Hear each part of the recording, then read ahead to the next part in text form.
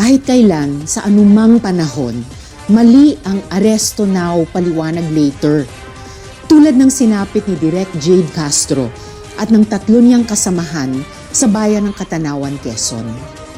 Kaya naghain ako ng proposed resolution number 928 para imbestigahan ang kontrobersyal na warrantless arrest ng 4. Warrantless arrests are limited by law to protect the rights of persons and to maintain the integrity of our legal system. Mismong mga LGU officials ng Mulanay, Quezon ang nagsabi na nasa kabilang bayan noon sila Direk Jade at may CCTV na nagpapatunay dyan. Pero iginigiit ng PNP na hindi daw pwedeng pagkatiwalaan ang CCTV ng lokal na pamahalaan. Hindi lang nakakaalarma ang pahayag na yan mula sa mga tagapagpatupad ng batas. Nakakabawas rin ito ng tiwala ng publiko.